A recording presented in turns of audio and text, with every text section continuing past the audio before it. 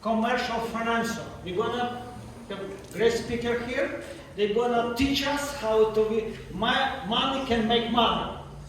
You know, not for just, we know how to do residential, survive here in America, but second step, how you can grow up in business, how to buy a house, how to buy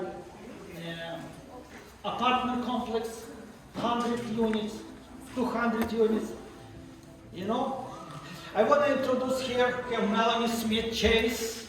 We know her a couple of years. They in our youth school, they finance everything. With pleasure working with her.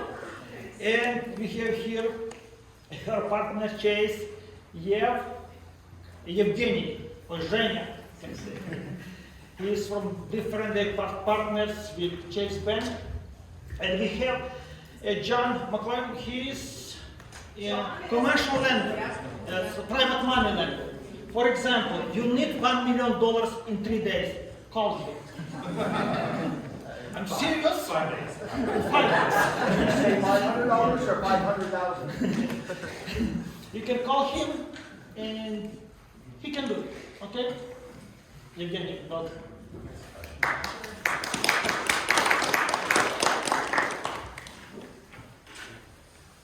Thank you everyone for coming today.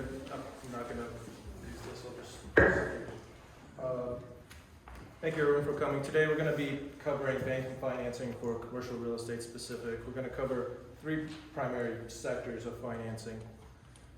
Conventional financing, SBA financing, and investor financing. An investor comes in multiple different ways, so we're going to cover that as well. Let's start with introductions. Again, as Stepan introduced, my name is Yev Kandybenko. I'm currently with Comerica Bank. I've been in the banking industry for 12 years, 10 of those years with Chase Bank. Recently went to Comerica Bank. Comerica has been around since 1849, solely focused on business banking, so everything from small, medium to large corporations. Sure. I am Melonie Smith, and I work for Chase. I've been in banking for about 25 years. I feel like business banking and helping people get properties is sort of my passion because my dad's a small businessman. I understand how hard it is to make a dollar in business, so I just feel like I advocate really well for my business clients. Like whether you're a large business like Vlad or a small business or whatever it is, it's, I know we all work really hard and I know that you'd want to try to get the best deal. So that's what I'm here to help you do. And then this is John McCallum, who we also invited. Hi, good morning. That's for you. My name is John McCallum. I work at Turban Commercial Real Estate, which is a real estate brokerage company downtown. They mainly specialize in downtown real estate. I run the mortgage division there. I do loans for commercial properties. And essentially, I am not a banker. I don't work for a bank, never worked for a bank. I work with banks, but my job is to work with borrowers, and I represent borrowers only. And to me, that means that anything the borrower needs, that's what I try to produce, whether it is doing long-term conventional fixed rate financing with nice, really good rates. Well, right now, we'll see, right? But historically, they've been really, really good to advantageous acquisitions or getting borrowers out of situations that are in trouble. So we do a lot of bridge financing, whether it be borrowers that are in foreclosure or debt avoidance in trying to get out of situations, or borrowers that are trying to acquire properties in a distressed asset sale, construction financing right now as well. So I do all types of deals, but no houses. I won't do anything 1 to 4, 5 units or above is what I specialize in. So any type of commercial, whether it be bingo parlors, bowling alleys, gas stations. I've done a gold mine, I've done a pig farm. So anything is I like to make deals. So that's what I do. Thank you.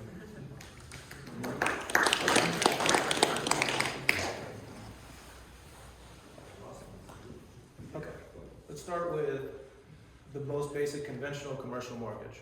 So a couple attributes of a conventional mortgage: it's usually has to be owner occupied. By owner occupied, it means that the bank will be underwriting the business occupying the building and repaying the loan. So when a business applies for a conventional mortgage, we're typically going to collect financials from the company that's going to be occupied. So let's say if it's a transportation business, bank will usually collect 2 to 3 years of taxes or financial statements, P&L, balance sheet, as well as a personal financial statement from the owners. Typical reports that are required for a conventional mortgage, the basic appraisal, environmental, and title reports. Usually the loans are amortized anywhere from 15 to 25 years. I've seen 30 before, but usually 15 to 25 is the norm. There's option between fixed and variable rates for conventional mortgages, and it all depends on the agreement you have with your bank, your banker, and the kind of the relationship you have. Typically, for a conventional mortgage, you need between 15 to 20% of a down payment, and it's one of the key attributes of it. It's not subject to any SBA fees or SBA approval. So SBA is a separate governmental entity that, if you go SBA, you need to get the approval of that entity as well, and there's going to be a cost associated with it. So next, I've included a small example of a conventional mortgage. So a small business owner wants to purchase a commercial building to use as the headquarters of their growing company. They approach a local bank for financing and are approved for a conventional mortgage. The loan amount is $2 million with a 25-year repayment term and a fixed rate of 5%. The business owner uses the loan proceeds to purchase the building and make necessary improvements. Over the next 25 years, they make regular payments on the mortgage and include principal and interest to fully repay the loan. So that's a conventional owner-occupied mortgage. Any questions about conventional mortgages? How about if conventional loan, part of owner-occupied, part of rented or leased to some? Can I use it in this another income? Or? Usually, it all depends on the bank. So to qualify for the conventional mortgage, the owner, the borrower has to occupy a portion of the building. Some banks accept tenant income to repay the loan, some banks don't. So it really depends on the institution you're working with. So kind of giving you a mixed answer, but some institutions will take that tenant income to help repay the loan, some won't. It all really depends on the bank. Any other questions? Is it nationwide or just California? Nationwide, yeah. Well, let me specify. The bank will usually has a footprint, and that's the states they operate in. And I'll give you an example. Comerica is California, Arizona, Texas, Michigan, and Florida. So usually properties outside of those states, Comerica wouldn't be interested in financing it. If it's within those states, within footprint, then they would play ball. Or Chase would? Chase would as well, but Chase has a footprint as well. Okay. Yeah. Thank you. Anyone else? Okay, so I'm just gonna explain to you a little bit about what an SBA loan is, primarily an SBA 504 loan, but I want you to like envision something. So like, pretend like this whole thing right here is a building, right? And this costs $1 million. If you do an SBA 504 loan, that means that 50% of this building, the bank will finance, 40% of this building, the SBA will finance, and 10% you will bring in.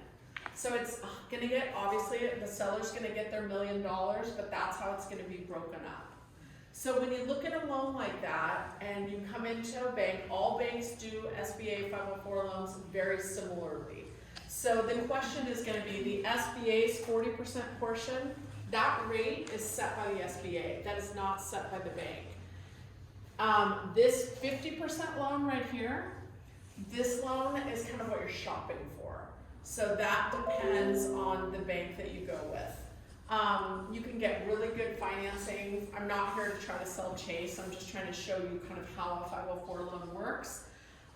This can be financed for up to 25 years, and the SBA as well. So you can get a full 25-year loan that does not have, like a call in 5 or 10 years. So it's very attractive, and the most attractive thing about an SBA 504 loan is you only have to come in with 10% down. But Your business has to occupy at least 51% of this building. Doesn't have to occupy the whole thing, but you've got to demonstrate that. So if you look for a building that has tenants in it already, and maybe they're not gonna move out for 7 or 8 months or something, that's okay. As long as they're gonna be out within that first year. So that's kind of like the SBA rule on that. Chase in particular does not charge a fee on our 50% portion of this. The SBA does charge a fee, and that fee can be financed. So, and like I said, that's a fee that is set by the Small Business Administration. They don't take any separate lien on your house on this type of financing. There is another SBA loan where sometimes they do if you're short on collateral.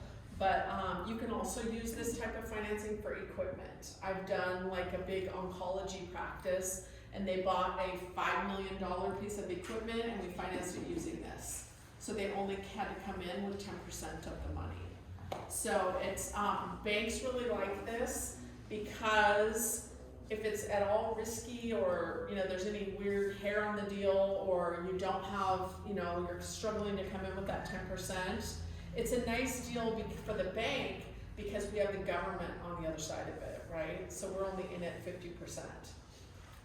We do a lot of SBA. That's the bulk, I would say, like when people are buying a building, or even a lot of times when they're buying equipment, we use SBA financing to get that done. Chase really likes it, a lot of banks do. If you go conventional, like Yev was talking about, when you do a conventional loan, the bank is coming in with all the money, right? So they have more risk. So they're looking at that loan a little stronger when it comes to the risk. And just so you know how they qualify you on this, they look at your business and they say how much at the end of the year is your net income and how much rent are you paying right now. And they add that rent back in to your cash flow that you're paying now, and that's how we determine whether you can come in and buy this building. We do a lot of pre-qualifications and stuff like that on these kinds of deals. I personally think SBA is an amazing way to go because it's cheap. You don't have to spend a lot of your cash flow that you need to operate your business sunk into a long-term fixed asset. But if you stop occupying this building, it's an SBA rule that it's now considered investor, and that could be considered an event of default on the property. So it's great financing. It's great rates. I think the SBA rate on the, what is the SBA rate on the side of the bank, or on the side of the SBA is like what, like 6% right now? Yeah, 6% on a 25-year. And so that would be on this 40%, that would be about a 6% rate, right? I think our rate on this side is around 5.5. So they, you kind of join those together to figure out what your rate is. You actually make 2 monthly payments on this. You have a bank loan, SBA loan. And you cannot, at least with us, they don't want you to have this 10% borrowed. You can do sometimes some gift letters and things like that that don't have to be repaid, money that doesn't have to be repaid. But it's a great way to finance something. They will do, they're very flexible. Sorry, should go on to that. There is also SBA 7A financing. I don't do a lot of SBA 7A financing, but if you wanted to buy a business, like say you're not buying real estate, but you want to buy somebody else's company, that's a great way to do it. That's really the only way that we do business acquisition financing. And we're looking for you to come in with about 25% if you're looking for a 7A loan. And it's also another great way to do equipment. But it's about a 10-year loan. We want you to come in with 25%. We want to look at the financials of the business that you're purchasing, as well as your financials. So anyway, I mean, SBA is like, it's actually a pretty simple product to understand. During COVID, they gave people like 3 months. They didn't have to make their payment. They like tacked it on at the end. So anyway, so it's been a really good program for us. I would say the bulk of our financing that we do at Chase when people are buying a business or a building is through SBA. Does anybody have any questions? Yes. Do you have to have established business in order to get SBA loan, or can you start a new business and buy a building using SBA? You can do that, but what they would wanna see is very strong business that you're buying, right? Because you're going on that historical cash flow to make the payment. And then what kind of experience do you have in buying this business, and if real estate's gonna come with it? We wanna kind of know, like, first and foremost, what the bank is always looking at is risk. Like, how likely is the possibility that you're gonna default?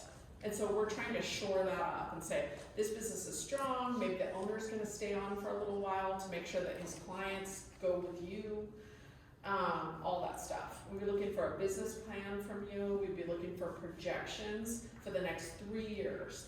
And so like, we'd be looking for a profit and loss and a balance sheet out for the next 3 years. So like very thoughtful on what the cash flow is gonna look like. But yeah, we do that.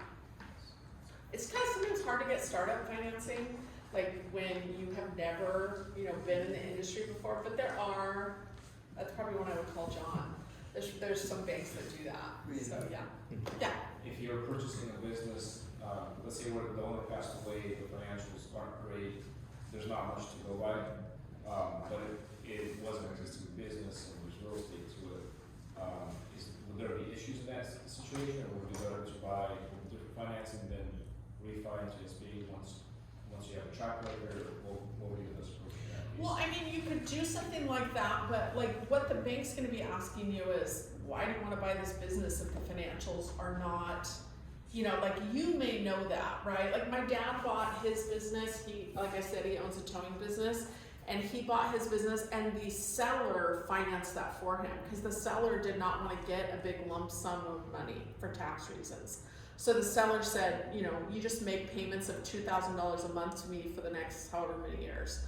And it worked out because the bank's they're only gonna look at black and white, like what's on the financial statements from the seller to determine what that business is worth, is how we're gonna value it. The real estate's different because that's gonna be, an appraisal.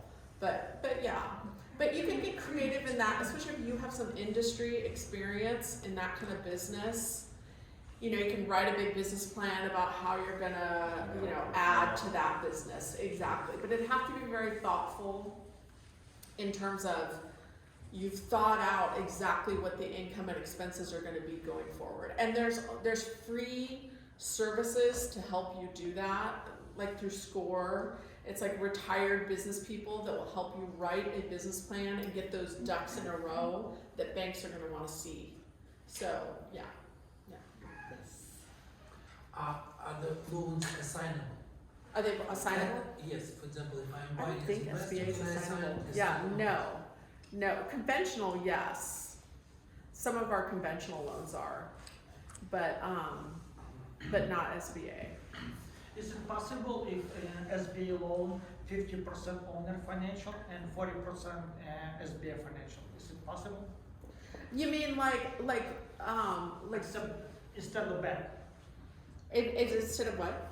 If this is SBA loan, 50% bank financial, 40% SBA financial, right? Yeah. Yeah. How about it's possible 50% owner financial, 40% SBA financial? Oh, you mean and not the bank? Yeah. Yeah, no. They would only partner. No, but you might be able to get a conventional loan, Stefan, where the conventional loan went in at 50% and then the seller came in or something at 40% or something like that. You can get creative. Can I add the question to him? Yeah. For example, I have investor who willing to put 10% down. I'm not putting money down. Actually, I'm bringing a deal on the table. Will you accept this deal? He's putting 10% down to buy what? Real estate. Like a building, like a commercial building? Like this building, he would have $100,000 in? Yes. He would have to get the loan for the other 90%. No, I understand, but Yeah. SBA gives 40%, banks give 50%. I bring in another investor to be part of the deal, and he gives 10% down, and I give nothing. I just bring deal on the table. Could you be in on the Yes. property? Yes. Yeah, okay. So we don't care as much who's on title of the property, but we care is when you do this SBA financing, you have to have a business occupying this building. So like some operating company has to, it can't be investor. I see. For example, if I have several companies and one of my company, I am the owner, Uh-huh. and then I buy property on one company, but my business is operating as a different entity. Would you accept this? It's really gonna be all about who's gonna be sitting here. I see. So like who's gonna have 50% of the space in here? So like if it's 10,000 square feet, they've gotta have at least 5,000 square feet has gotta be with the business that's guaranteeing the loan. You know what I mean? Like they actually have to have office space in there, leased office space. Now they could lease it from your holding company, but yeah, they have to occupy. It's really not an investor product. It's 100% an owner-user product, meaning the owner of the business has got to use the building. Yeah. Thank you. Can they use it virtually?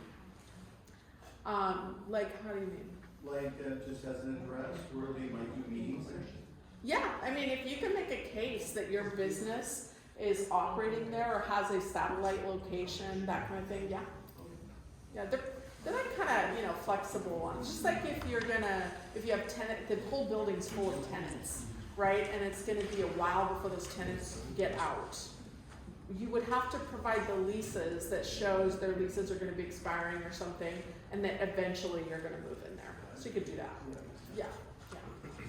What is income rate for SBA loan? What is what? Income rate, The income rate? income ratio. Oh, like a debt to income ratio? There really isn't one, but the cash flow is a 1.15 to 1.25 on this. So it's really what we're backing into is like the operating company's income.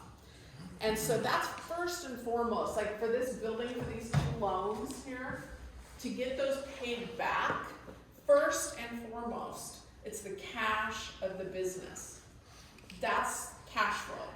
Then what we do is we look at your personal income and your personal debts, credit cards, car payments, whatever you have, other loans, and we add that all together, and that's called a global debt ratio. So we look at both.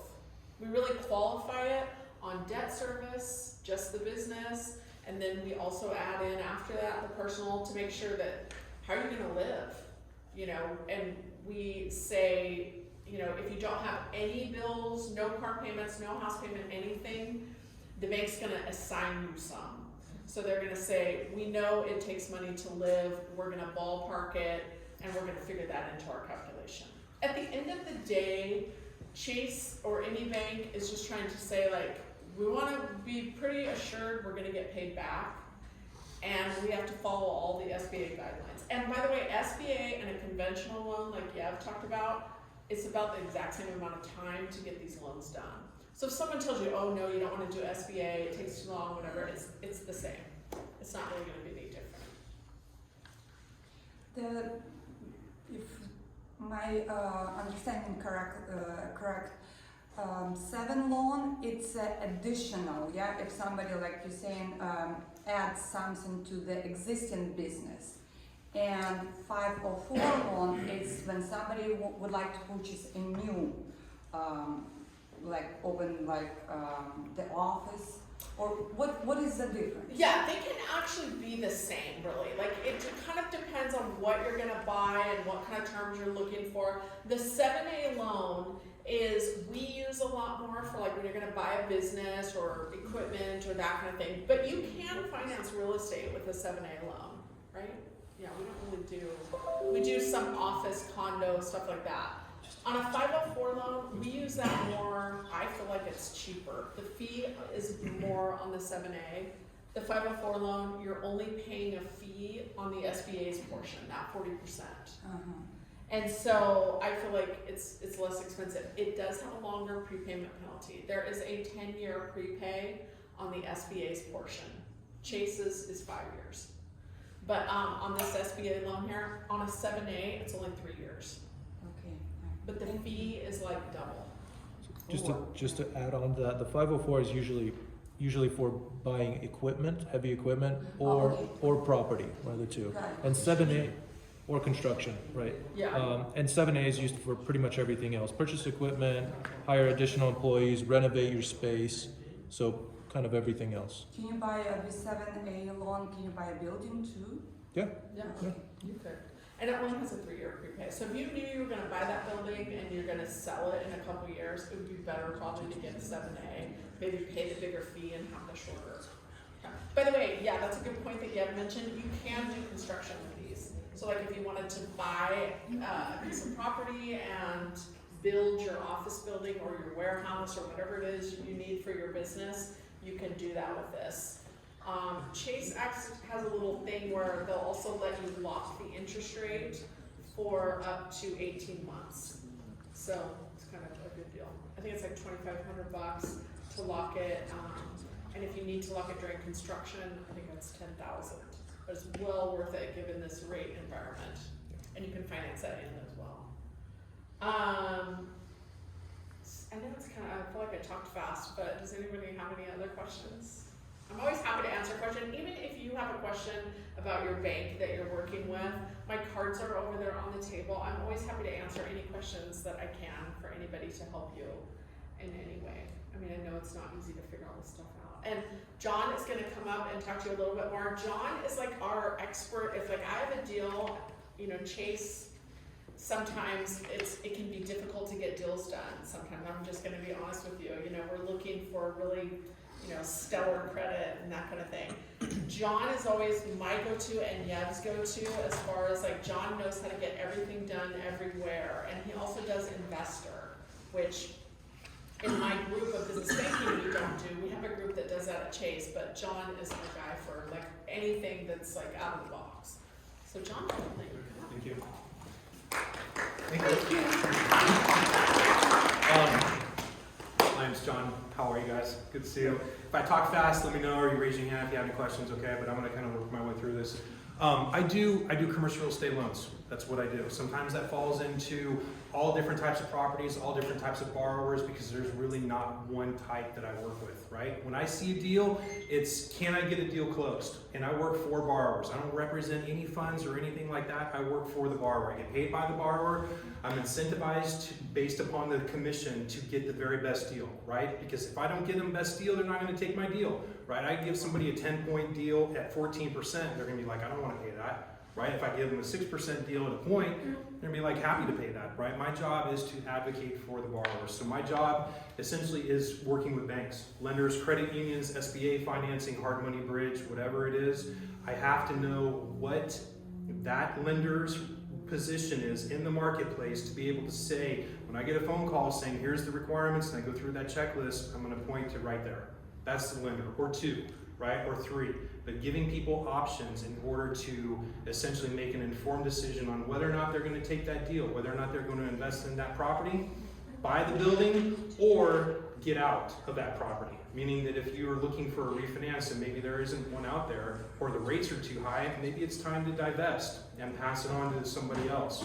So that's my job. I provide options. I'm very, very blunt. I'm not a salesman. I'm not a banker. I'm not pretty, right? I am. I do commercial real estate deals. That's what I do. So land, 4 or 5 units or above, any type of property in any situation, that's what I provide. A lot of times my answers are no, right? I have no problem in saying no. This is not something that I feel that I can get done. And I often say no quickly versus yes quickly, because I don't want to waste my time. I don't want to build false expectations with you, because you're the people that are going to be interfacing with the buyers for this as well, okay? So I really try to make an informed decision. I'm going to ask a lot of questions and go through the cash flow analysis. Melonie talked about the cash flow coverage is everything. Same thing with investor properties. We don't loan on loan to value. People are going to ask you, what's your loan to value on investor properties? And you're going to be like, we're not loaning on loan to value, we're basing it on cash flow. So I'm going to talk about this, and I'm going to give you guys a cheat sheet in here to be able to quickly analyze the property and go through that cash flow coverage to determine cap rates, debt service coverage ratios, and loan to value positions. Loan to values are a byproduct. They don't matter, What matters is the cash flow coverage from an investor property or from an owner-user capacity. You're looking at the cash flow coverage for a business itself, coupled with the guarantor position based upon the global debt service coverage ratio that Melonie talked about, right? So if you're running a bakery, right, and you have your sales, cost of goods, expenses, right, wages, utilities, insurance, all these other costs, you're going to get down to a bottom line, right? Interest and depreciation, one-time cash or capital expenditures are going to be add-backs. They don't count to that. You take that number, you back in what your global position is, and you arrive at a net operating income or a net income position divided by a 1.25 divided by 12 equals your maximum monthly payments back into a 25-year amortization based upon a real estate or a 7 on a business. That determines your maximum loan amount. And if you're overshooting, you're going to have some guys say, I have a dream. I want to get $1 million, my loan. You're going to be like, you qualify for $200,000, buddy.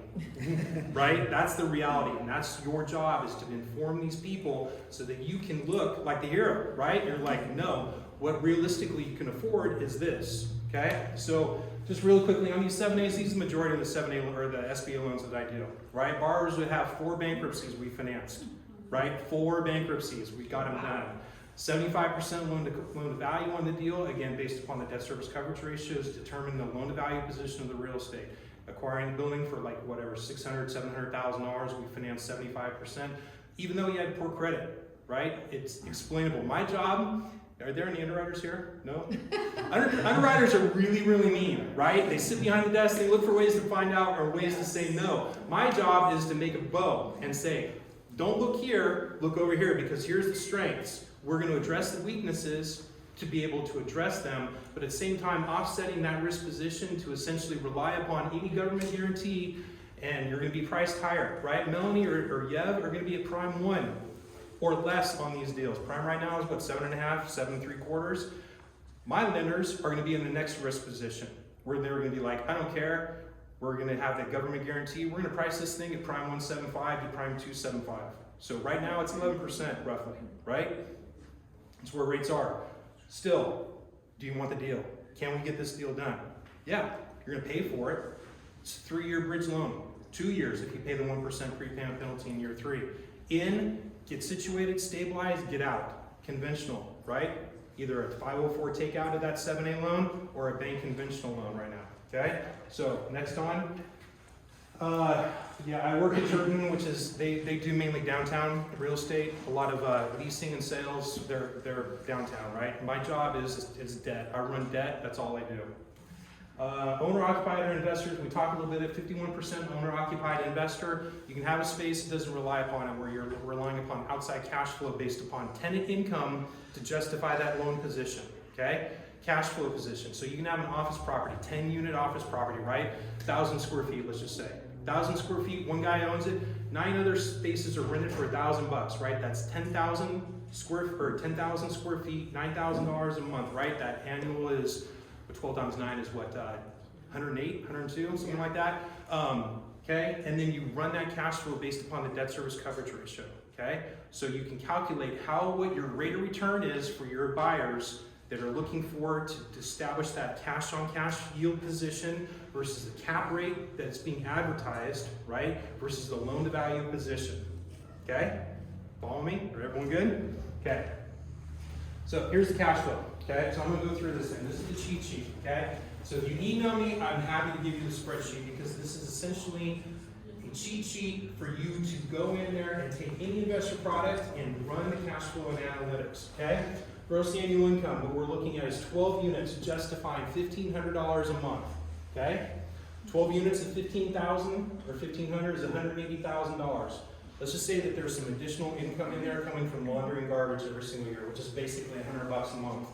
You're always going to have a vacancy factor. I don't care if the seller's saying, oh, it's 100% occupied all the time. It's not going to happen, right? Minimum's 5%.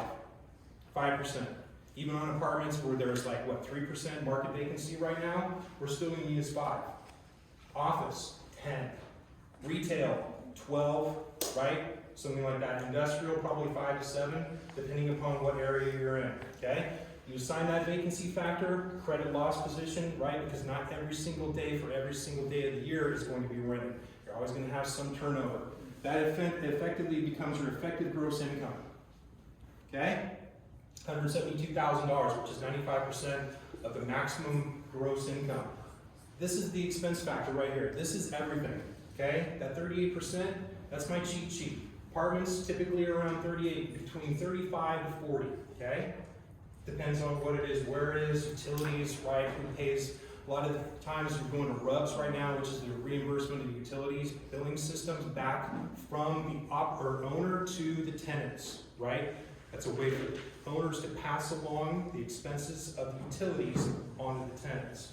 So, if you're looking at 38% here, triple net deal, we're still taking 12, right? If you have a Starbucks right down the street, you might get a little bit less than that, right? Chick-fil-A, probably 12, right? That's what you input right in here. This thing spits out, it's your NOI, right? Total expenses is this, based upon that 38%, that's your NOI of $106,000. Okay? That's how you calculate cash flow. So it doesn't matter, loan value doesn't matter. It's based upon what this number is here. So if we're looking at the loan amount based upon, I don't remember what it was, I think it was purchase price of 3.1, I think, based upon that $1.8 million. So at that loan amount of $1.1 million is what it underwrites to based upon a 125 debt service coverage ratio. So if you're buying something at $3 million, then it only justifies for an income loan amount of $1.1 million. That's where market is right now. So you run through these numbers over here, right? Cap rates, loan to value positions based upon that value. It's all dependent upon this debt service coverage ratio calculation. So I'm running this thing at 5.75% at a 30-year AM. Apartments are the only asset class that really get a 30-year amortization. Okay? Everything else is 25, maybe 20, depending upon the age, the remaining economic effective age left over in a building. Okay? So that's what the cash flow calculation is this debt service coverage ratio. Underwriting stress test, 125 is the minimum. Multifamily down in Bay Area 2 years ago, we would see 110, 115, because everybody wanted multifamily. There's no risk. Everyone's got to find a place to live. Then what happens? COVID. Everyone bails. Doesn't want to live in the city. Everyone wants to move to the country, right? Isn't that a song? So, this is the cash flow calculations. Depending upon loan value, risk position, cap rate, this is how you sell deals based upon what your borrower down payment is. So the $3 million deal, you're coming in to finance $1.1 million on that deal. That's the reality of most deals right now. So when people say loan to value, you're like, yes, right? Doesn't matter. And that's kind of how we go through the analytics based upon the financing. And you can take this model and then make this thing play with these numbers here. Let's say the seller is like, oh, I've always had traditional historical expenses that are running 20%. Okay? The appraisals are probably going to justify this even more, but this is a way for you to do the pre-cash flow calculations to be able to understand what the value of the properties are. Okay? Any questions? Are you guys considering if we're gonna add value, raise rents? Pro forma. Yeah, pro forma. Right. That's your job, right? That's every real estate investor's job, is to add value, right? Very, very difficult to get that underwriting done. So what does that mean? Cash, post-closing liquidity, investors, partners, anybody guaranteeing the loan at 20% more of an ownership within an LLC partnership or corporation is going to be required to provide a guarantee position in the deal. So if you want to minimize your rate or your risk, 19% or less is the cutoff. Okay? So you can be a silent partner at 19%, not have to provide tax returns or guarantees or anything like that. So pro forma deals are really, really tough. Okay? What you're looking for more is a bridge loan type transaction, where you're going to go in there, you're going to be like 60% down. That's when we look at the loan to value positions, right? Because you're looking at cash flow, everything bases on cash flow for institutional, right? Bridge lenders, what they're concerned about is the value of the property. $100 a foot, $150 a foot, $300 a foot. Whatever the comps are supporting, they're going to go generally 70% loan to cost or loan to value on that number. 2-year deal, 1-year deal, 6-month deal, whatever it is you think that you're in and out, right? So we were looking at a building in Roseville right now, and borrower paid $1.05 million for it, right? Just saw an appraisal of $3.1 million. What did he do? $350,000 worth of tenant improvements. seismic retrofit, a brick building, right? Leased out 14 units, the tenant downstairs was a restaurant, didn't do anything to them. Just upgraded the improvements for the multifamily property upstairs. 14 units are now justified at $1,800 a month for studio apartments in Roseville, right? So that cash flow justifies that $3 million, right? So he turned $1.05 million into that, right? And now he's selling it for $3 million. What does it underwrite to? Probably about $1.1 million, based upon that cash flow, okay? So pro forma, hard, okay? If it's an owner user, yes, under SBA guidelines, sometimes we can get that thing done because we believe in the projections, right? Ultimately, it comes down to, can you support the debt service of the property that you're looking to repay it on? So you're saying in that scenario, John, that then the 3 million, it would be really tough for a new buyer coming in at those current expenses and rent rates, Right, correct? because Like, what you're there's no looking- way you're gonna be able to underwrite that. 1031 exchanges, right? Everyone has 1030, or not so much anymore, but before, people were buying it based upon that cap rate, right? I want to make 4.5%, right? Now you can go into a CD and get 4%, 3.8%, whatever it is, right? But at the time, they were always buying the cash flow, right? That's the cash flow. And what else are they going to do to park $2.1 million somewhere, right? They're going to come in with 2.1 down, borrow 900,000 on a performing asset, and they're going to make that cash flow. Yeah. Pay down that debt, and then all of a sudden they're getting the benefit of this income return on the deal. Yeah, okay. Good? Anybody else? Yeah? Okay, so any heavy metal fans in here? No? Yeah? One? The mortgage is actually death pledge. This is what it comes. This is what Latin means. Death, right? Pledge is an obligation, right?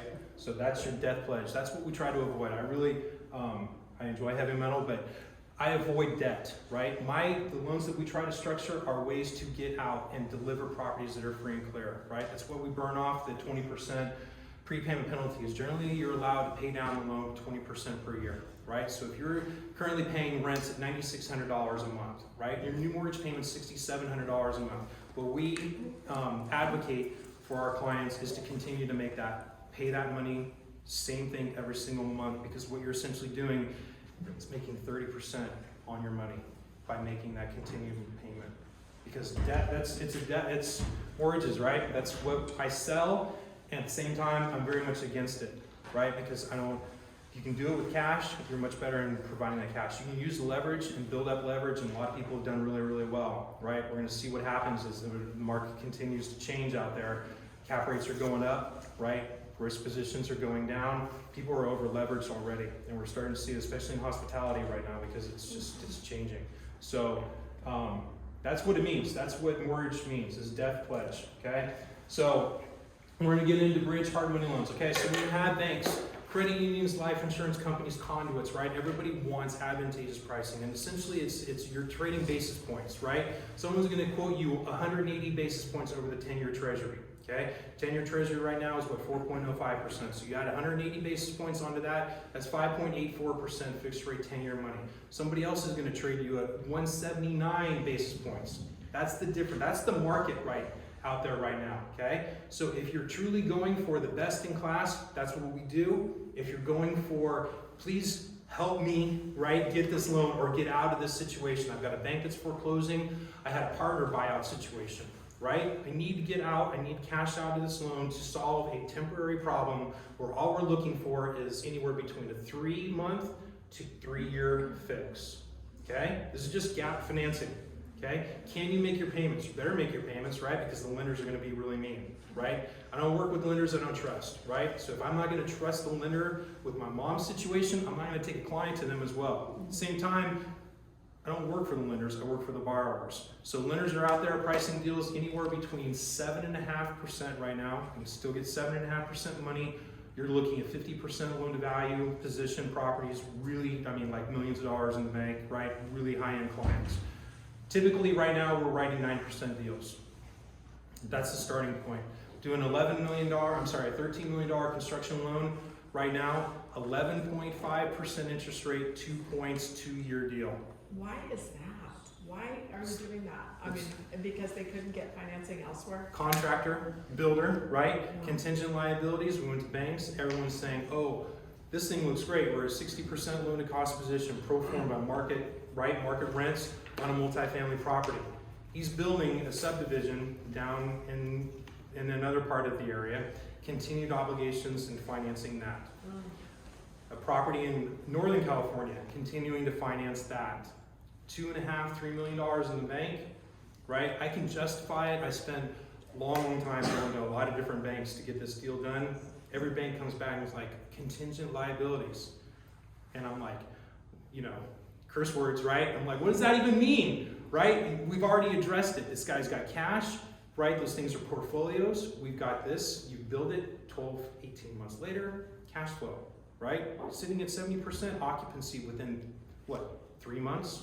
Justifies that rate of return for it. That's what we do. A, B, C, D, right? We go down the list. Where's your pricing? Where's your model? How do we get there? If these options don't work, what's next? Okay? What's next? And what's next for this guy basically said, give me a loan. I know, I'm in, I'm out. We've got him a loan. We're closing next week. So ultimately it comes down to situational finance, right? That's a perfect deal. Appraised value of $23.8 million, right? Loan of $13 million, right? That's what it underwrites to, right? So even we price this thing, or we structure the loan based upon the ultimate takeout position of the financing. That's what we wrote it to. So he's either gonna flip it, make, bank, or he's gonna hold it for, cash flow, which would do really well. Situational financing, whether you're in bankruptcy, foreclosure, default, credit issues, right? We financed some guy who was, he had a pulse, right? But his credit score was just so, it was ridiculously low. But he had equity, right? It comes down to equity. That's what it matters to. So how do you make your payments? And good question, like how you said the whole subdivision, he holds it as cash flow. From cash flow, he just owns all the properties and rents them all out for the cash flow. He sells the properties and he continues to use that cash position to retire a portion of the debt that was held against debt for that partial release provision of the underlying mortgage, takes the residual cash flow and goes right back to start 5 more houses, right? So he's continuing to build, but there's always going to be contingent liability. Supply chain issues was always what I brought up, right? Cost of contingencies and rising prices and things like that. The banks want to know this. This does not change, right? Your current snapshot, right? Are you going to Vegas? You're going to blow all your liquidity out, right? That's what they're looking at. They're taking this thing to rely upon a very structured and safe position for you, for any borrower, right? Right? I play everywhere, right? I don't want to be like this. You're going to get the best rates, right? You might get a little bit higher or a little bit more risk position, but do you want the deal, right? That's essentially what we're looking at. So this is situational finance, where you have prior mortgage defaults, time constraints, right? We close the deal literally in 7 days, start to finish one time on a mobile home park down in Tulare, or what's that T word? Tracy, right? Ultimately, it comes down to, can we close, right? Is there a lender out there? And I heard earlier that someone was like 100% financing and 9%, right? 2 points. That's not really, that's buddy pricing, right? Those aren't funds that go out there and make those type of deals that I work with. My lenders, you have a vested interest in the property, meaning that you have your own money. We don't do finance of 100%. It's not what I do. That's like a friend or family type deal or a partnership situation, right? The loans that we put together, you're going to have some risk position. Otherwise, I can't convince my lenders to get you the best pricing, right? So ultimately, it comes down to, does it work? What's the takeout? We don't want to loan to own. I don't want to do those deals, right? I can count on one hand the number of deals that I know have gone bad in my career because I don't want that on my conscience of knowing that I had somebody go into default, right? Fortunately, I work with people I trust, and they want to make these things work. And I have no problem in saying no. So if you have a situation where it's, we looked at the property down in Southern California, 2 doctors get in the deal and they spent so much money and ultimately they ran out of money. The bank stopped moving forward on the construction financing and the property was worth $12 million. They needed $6 million, but nobody out there was willing to do it because it was current construction where you have mechanic lien and all that other stuff that goes on with that situation, and the fact that they didn't have any further money. So what we did is we structured $1.5 million in a reserve account to fund those reserves in order to get the certificate of occupancy issued for them to be in, and now they're getting an SBA takeout loan for it. So just gap financing. Ultimately, we provided a solution. Mid-course construction, we talked about that, value-added plays. That's essentially where you're coming in, right? And the goal of every real estate owner is to add value and increase the value of the property, increase cash flow, right? Generally, that's associated with construction financing or bridge financing, because banks are always going to take that snapshot of what it is right now. What's the in-place cash flow to be able to move forward on that? Okay.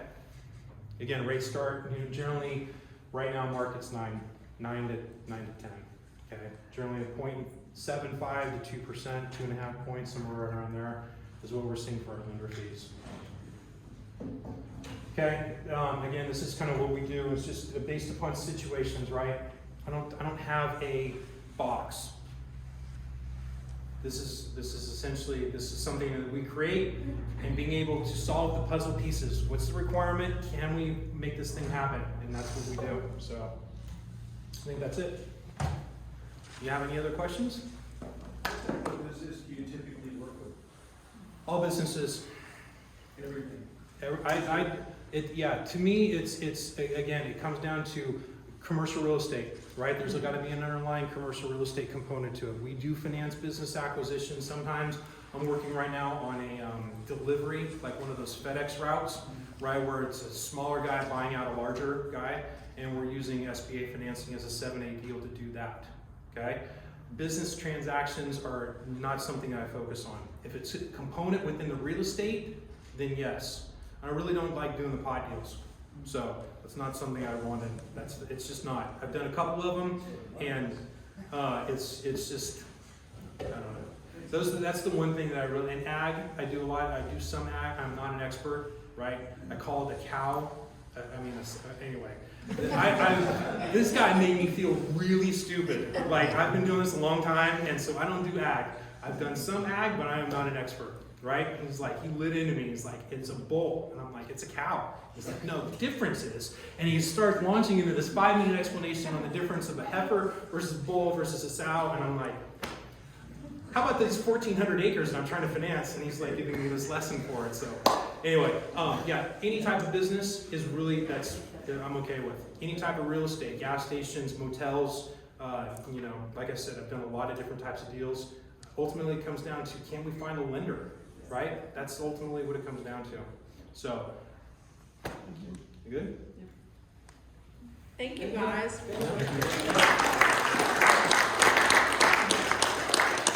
Okay, guys, you understand like 3 types of loan. Conventional, 20% down, 25, 20. 20% conventional, very strict. Second, SBA, there's only you need 10%. Yes. 40% one SBA and 50% bank. Okay, very simple.